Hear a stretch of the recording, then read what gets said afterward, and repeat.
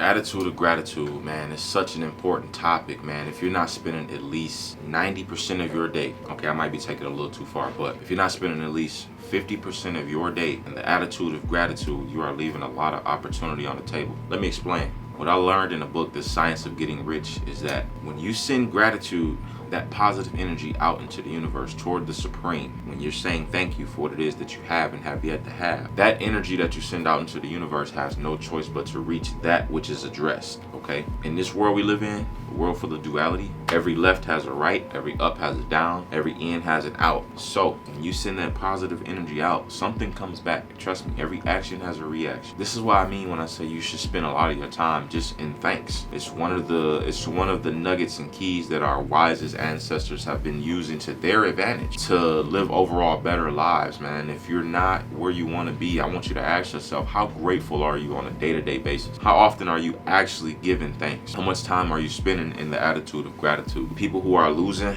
the people who haven't figured out life, they're not grateful in general. I don't give a fuck if you on the corner homeless. If you're not in the attitude of gratitude, figuring out some reason or some excuse to be grateful, you're leaving an opportunity on the table, man. And as I mentioned in the previous video, I'm not in a business of trying to convince people that I'm right and they're wrong, because it's about their model of the universe. It's about their perspective on life, things that they believe. And so I'm just here for the people who understand that there is a supreme intelligence that's listening to your thoughts. Here's the things that you nag about. Here's the things that you brag about. Here's the things that you're grateful for. And until you take that serious, I know that's not a serious conversation we can have with most adults, but that's why I'm glad we got the internet, because that can be a serious conversation right here. How often are you grateful? Because if you're not, you're losing, or you're bound to lose. I don't care who you are. There's some people who unconsciously already tapped into the power of that law, the attitude or the law of gratitude. So what is going to be for you?